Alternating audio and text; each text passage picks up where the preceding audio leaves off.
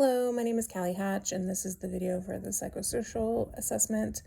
I think it's very important to state that before you start that assessment with anybody, you make them feel like it's in a safe place where the things they tell you are going to be confidential, unless, of course, they say they're going to hurt themselves. So you would want to introduce yourself, confirm the patient name, date of birth, and go ahead and explain what we're doing and why, and that it would be confidential and between the two of you.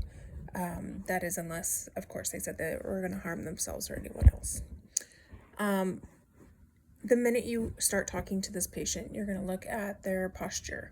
You're going to see if they're erect, relaxed, seeing how they're holding themselves. If they're like sitting nervously on the edge of the chair or curled up in bed, their muscles are tense, they're clenching their fists, they're restless or pacing, they're sitting slumped in their chair, they're slow walking or dragging their feet, they're showing signs of depression, things of that nature, then that's all part of your assessment. You're going to look at their body movements to see if they're voluntary. A lot of people that are on psych meds can have the involuntary movements, like the tardive dyskinesia. Sorry, I have a tongue-tiedness issue. So you want to see if that movement is deliberate or if it's involuntary. You want to see if they can do coordinated movement, it's smooth and even. Abnormal findings would be like if they're restless, fidgety.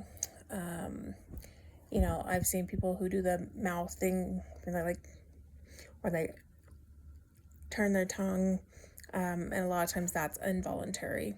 You're going to see if they're slower, if they're, again, showing any signs of depression, bizarre gestures, any schizophrenic, where they're turning and looking at things that aren't there, facial grimacing, involuntary tics, possible Tourette's, again, tardive dyskinesia, can also be in the limbs, or any abnormal muscle movement. You're going to look at how they're dressed. They may be disheveled. You want to make sure that they are presenting in a semi-clean presentation, wearing age-appropriate clothing, or clothing that would be appropriate for their social groups. We do need to be cautious in this area because we don't want to be judgmental. If somebody is in a lower income, they may not have the ability to get expensive clothing, or clothing that is put together. They may have holey clothing or ripped clothing. But if they have inappropriate dress, their hair is not washed, they're disheveled, they have an odor, any bizarre makeup, things of that nature, then that's to be noted. That again goes with the hygiene, like if they've been brushing their teeth are not rotting or falling out. You want to see if their facial hair is neat, or, they don't have to be shaved, but if it's not neat, all over the place, or stuff in their beard or in their hair, you want to make sure their nails are clean. Just make sure they're not completely disheveled, and that they're dressed appropriately. You also want to see there's neglect, like if they're neglecting one side, that could be because of stroke or deficiency on one side. You also want to be concerned about if they have any like depression or Alzheimer's occurring that's keeping them from their hygiene. You will also see right away their pupils, if they're constricted or if they are dilated. That could mean drug use. It also could mean some kind of brain trauma, such as like with stroke, again, a brain bleed could cause one pupil to be big and one small, or them to be non-reactive. So that's another thing you want to look at. Once you've kind of looked at them on the outside, then again, when you've asked them their name, date of birth, you're doing the A&O questions. So you might ask them, like, do you know what day it is? I like to not say a specific date. Like, I don't ever ask somebody, what's the date and the month and the year? Because if you're retired, or like, you might be a day off, doesn't mean that you're not A&O. So I usually ask the year. What year are we in? I usually ask, like, what for place. I usually do like, what kind of building are we in?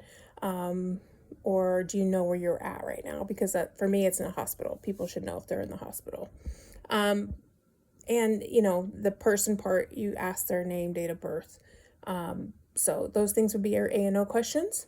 You're also going to look at their level of conscious. They may be able to answer your questions, but it may take them a really long time, or they may be very lethargic or something like that. So you want to see what their level of consciousness is. Obviously, if it's where you have to like steamroll them to get answers from them, or they're not responding at all, that is a problem and extremely important to report and intervene with. So they may also be having delirium or dementia. They may say to you, "Oh, I'm in 1962 at the fair," and you're like, "No." So those things are important and will also help with orientation. We also want to look at facial expression.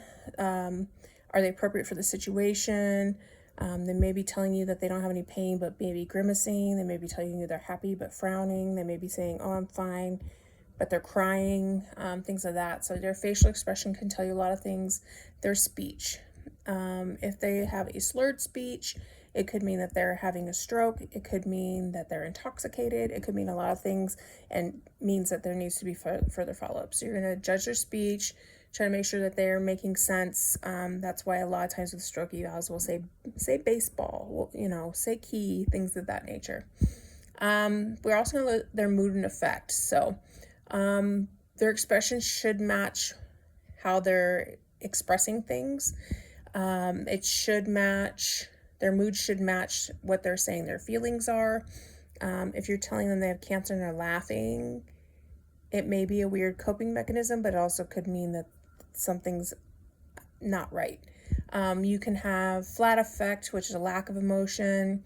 You can have depression, which is a lack of joy or sadness. You can have depolarization, or a lack of boundaries surrounding the ego and identity. You can have elation, which is a feeling of overconfidence, optimism, and joy. Euphoria, which is an inappropriate response to their mental and physical condition. It usually is displayed as excessive well-being or overly cheerful. The person could be anxious. This could be for a lot of reasons. People in pain are anxious. People who can't breathe are anxious. People who are having withdrawal are anxious. So it doesn't necessarily mean they have anxiety disorder, but it could mean that there's something else going on. Fear. Fear might be understandable if you just gave them a really bad diagnosis or something, but if they're having an uneasiness for an unidentified reason, or that is they're uneasy for some reason and you can't tell why, that could be an indication of something going on. There could be rage. Rage happens a lot of times when we give people a bad, or with family members when we give them a bad diagnosis, or we tell them they can't have what they want. There is also ambivalence, which it's an opposite emotion. So when I talked about you give them a diagnosis of cancer and then they're laughing, or something of that nature. So there can also be lability, which is a rapid shift of emotion and conflict, or inappropriate effect, where the mood, again, does not reflect the content of the situation. With the speech and thought process, our thought process is the way a person thinks, the logic train of thought. The way a person thinks should be logical, goal-directed, coherent, irrelevant, and they should be able to complete a thought. Abnormal findings are illogical, unrealistic thought processes, ideas run together, or evidence of blocking what you're telling them, or they stop in the middle of their thought. Thought content is what a person thinks, specific ideas, beliefs, and the use of words.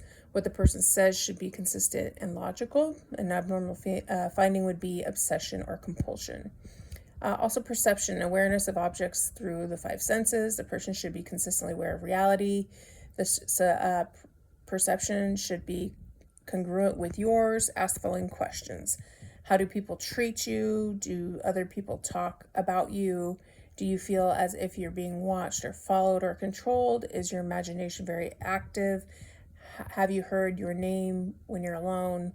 I also tend with my schizophrenic patients to say, is anybody telling you to do things? Abnormal findings would be illusions and hallucinations, delusions, things of that nature. So those things can help you with an assessment of their psychosocial. But a big thing that the reason you're really doing that is not just to diagnose, but to also to indicate any type of risk factors. So safety issues.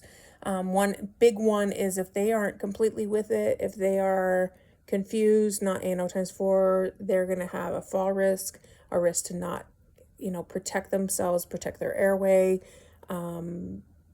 things of that nature. You might also want to screen for anxiety disorder. You can do that by asking questions on the generalized anxiety disorder scale. Anything over 3 is suggested to be general anxiety.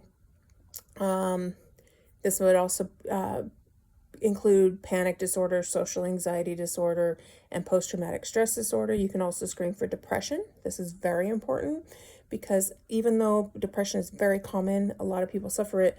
This is where you need to be worried about things like their feelings of hopelessness turning to possibly suicidal or not caring for themselves.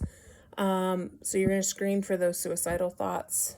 You're going to ask questions like, in the last 2 weeks, have you felt down, depressed, or hopeless? And over the past 2 weeks, have you felt little interest and pleasure in doing things? To further screen for actual suicide, you want to make sure they don't have or see if they have a plan to do that or a thought process of how to do it. So you're going to ask, in the past few weeks, have you wished you were dead? In the past few weeks, have you felt that you or your family would be better off if you were dead? In the past few weeks, have you been having thoughts about killing yourself? Have you ever tried to kill yourself? And if they have a plan. Red flags for people that are suicidal or depressed is if they have firearms, which is a common means of committing suicide, poisoning, things like that. A precise suicide plan is a big red flag. Risk factors also include psychiatric disorders, substance abuse, traumatic brain injury, childhood abuse, previous suicide attempts, family history of suicide, and warning signs of suicide. So to sum it all up, you need to get a full picture of what's going on. This doesn't just include how they look, but also you need to dig deeper with those questions, see how they answer them, if they're answering them appropriately, make sure they're safe, whether it's because of a medical problem or a psychological problem. But any of these red flags or abnormal findings, you need to dig deeper. Again, you need to make them feel safe, and you need to report anytime that they are going to say they are going to harm themselves or anyone else. Always side on the side of precaution. And that's my report. Thank you.